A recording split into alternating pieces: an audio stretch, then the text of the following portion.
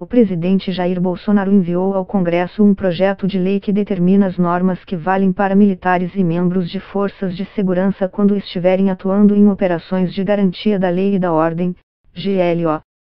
Desde a campanha eleitoral, Bolsonaro tem dito que pretende mudar a legislação para que policiais e militares não sejam punidos por suas ações mesmo quando elas resultam em mortes. No início do ano, Sérgio Moro, ministro da Justiça e Segurança Pública, propôs uma mudança no Código Penal, criando regras mais amplas para o chamado excludente de ilicitude. A proposta aumentava as hipóteses nas quais policiais não seriam punidos caso matassem alguém durante o trabalho, não apenas em ações de GLO. No texto de Moro, o agente não seria punido, por exemplo, se provasse que agiu movido por medo, surpresa ou violenta emoção. Porém, o projeto ainda não foi votado no Congresso. Agora, Bolsonaro pretende flexibilizar as hipóteses de legítima defesa nessas operações, como a que ocorreu no Rio de Janeiro no final do ano passado, quando o Exército assumiu o controle da segurança pública no Estado. O artigo 25 do Código Penal já isenta de culpa o cidadão, inclusive o policial que age usando moderadamente os meios necessários para defender-se de agressão, atual ou iminente, a si ou a outra pessoa.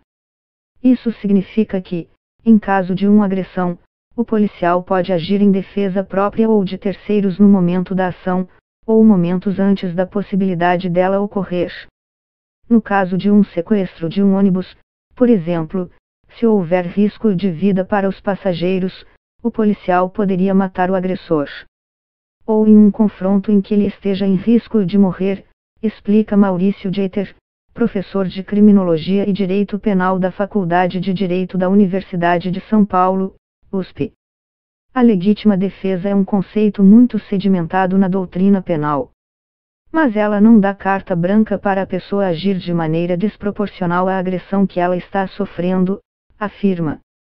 Jeter cita um exemplo hipotético do que seria uma ação excessiva.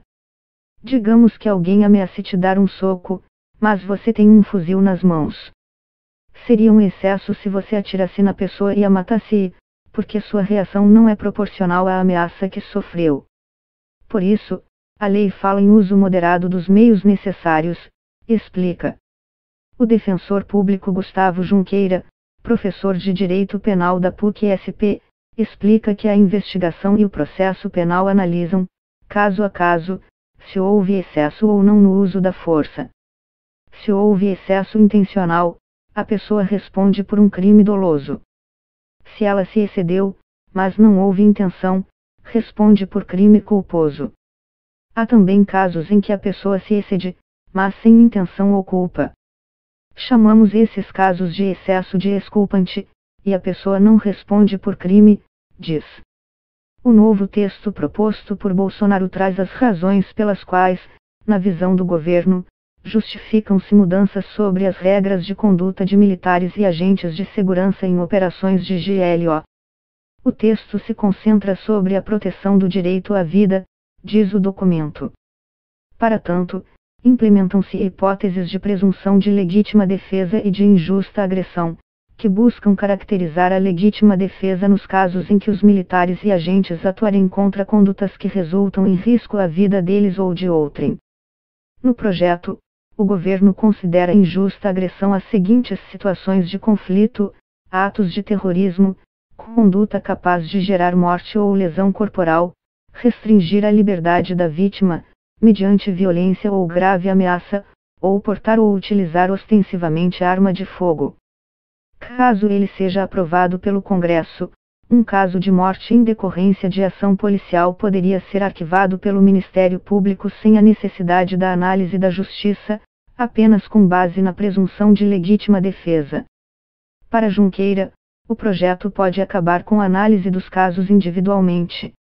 O governo quer suprimir a análise do meio necessário, acabar com a necessidade de ponderação caso a caso. Ou seja, a ideia é facilitar o arquivamento e criar uma dificuldade maior para a investigação, opina Junqueira. Para Alamiro Velo do Salvador Neto, professor de Direito Penal da USP, o Código Penal nunca exclui o policial.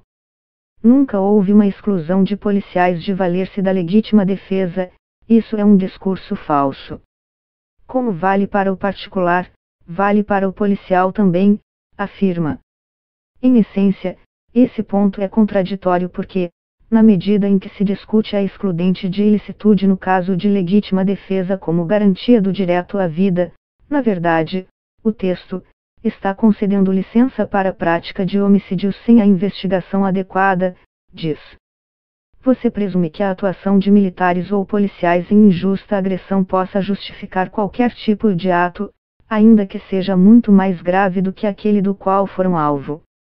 Maurício Jeter, da USP, também critica duramente o projeto, é uma aventura jurídica, uma bobagem autoritária. É uma tentativa de criar uma licença para matar em um país que já tem um índice altíssimo de mortes em decorrência de ações policiais.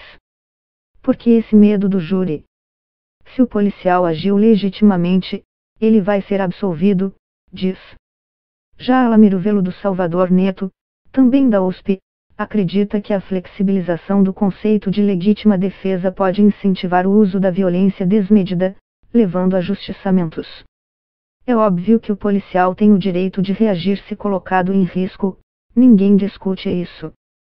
Mas, se eu tenho uma legítima defesa que tem muitos critérios, isso pode ser interpretado, tanto na dinâmica dos tribunais quanto no cotidiano policial, como um afrouxamento das ações em que ela pode ser utilizada, diz.